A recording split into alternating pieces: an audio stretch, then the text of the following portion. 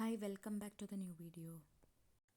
ಈ ವಿಡಿಯೋದಲ್ಲಿ ನಾವು ಶುಕ್ಲ ಪಕ್ಷದ ಜಯ ಏಕಾದಶಿಯನ್ನು ಯಾವಾಗ ಆಚರಿಸಲಾಗುತ್ತಾ ಇದೆ, ಏಕಾದಶಿ ತಿಥಿಯ ಆರಂಭ ಹಾಗೂ ಅಂತ್ಯ, ಏಕಾದಶಿ ವ್ರತದ ಐತಿಹಾಸಿಕ ಪುರಾಣವನ್ನು ತಿಳಿದುಕೊಳ್ಳೋಣ ಬನ್ನಿ.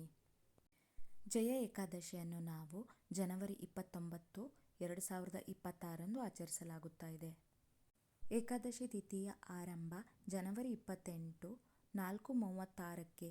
ಅದೇ ರೀತಿಯಲ್ಲಿ ಅಂತ್ಯ ಜನವರಿ 29, 1:55ಕ್ಕೆ. ಜಯ ಏಕಾದಶಿ ಉಪವಾಸ ಮತ್ತು ಪೂಜಾ ವಿಧಾನವನ್ನು ತಿಳಿದುಕೊಳ್ಳೋಣ.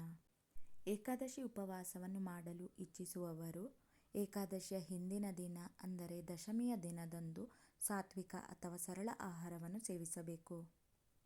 ಬೆಳಿಗ್ಗೆ ಸ್ನಾನ ಮಾಡಿದ ನಂತರ ಸಂಕಲ್ಪ ಮಾಡಿ ವಿಷ್ಣುವಿನ ಅವತಾರವಾದ ಶ್ರೀಕೃಷ್ಣನಿಗೆ ದೀಪ, ಹಣ್ಣು, ಪಂಚಾಮೃತ ಅರ್ಪಿಸಬೇಕು. ರಾತ್ರಿಯ ಸಮಯದಲ್ಲಿ ವಿಷ್ಣುವಿಗೆ ನಮಸ್ಕಾರ ಮಾಡಿ 12ನೇ ದಿನ ಅಂದರೆ ದ್ವಾದಶಿ ದಿನದಂದು ಉಪವಾಸವನ್ನು ಮುರಿಯಬೇಕು. ಜಯ ಏಕಾದಶಿ ವ್ರತದ ಐತಿಹಾಸಿಕ ಪುರಾಣದ ಬಗ್ಗೆ ತಿಳಿದುಕೊಳ್ಳೋಣ. ಒಮ್ಮೆ ಇಂದ್ರನ ಆಸ್ಥಾನದಲ್ಲಿ ದೇವತೆಗಳು, ಸಂತರು, ದೈವಿ ಪುರುಷರು ಉಪಸ್ಥಿತರಿರುತ್ತಾರೆ. ಆ ಸಮಯದಲ್ಲಿ ಗಂಧರ್ವ ಕನ್ಯೆಯರು ನೃತ್ಯ ಹಾಗೂ ಹಾಡು ಹಾಡುತ್ತಾ ಇರುತ್ತಾರೆ. ಅವರಲ್ಲಿ ಮಾಲ್ಯವಾನ್ ಎಂಬ ವ್ಯಕ್ತಿ ಇರುತ್ತಾನೆ. ಅವರು ತುಂಬ ಸುಂದರವಾಗಿರುತ್ತಾರೆ ಹಾಗೂ ಲಯಬದ್ಧವಾಗಿ ಹಾಡನ್ನು ಹಾಡುತ್ತಿರುತ್ತಾರೆ.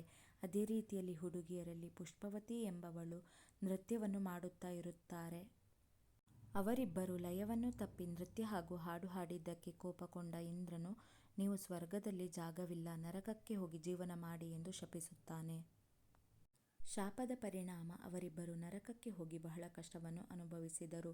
ಒಂದು ದಿನ ಜಯ ಏಕಾದಶಿಯ ದಿನ ಇಡೀ ದಿನ ಇಬ್ಬರು ಒಮ್ಮೆ ಮಾತ್ರ ಹಣ್ಣು ತಿಂದು ರಾತ್ರಿ ದೇವತೆಗಳನ್ನು ಪ್ರಾರ್ಥಿಸುತ್ತಾ ವಿಷಾದಿಸಿದರು.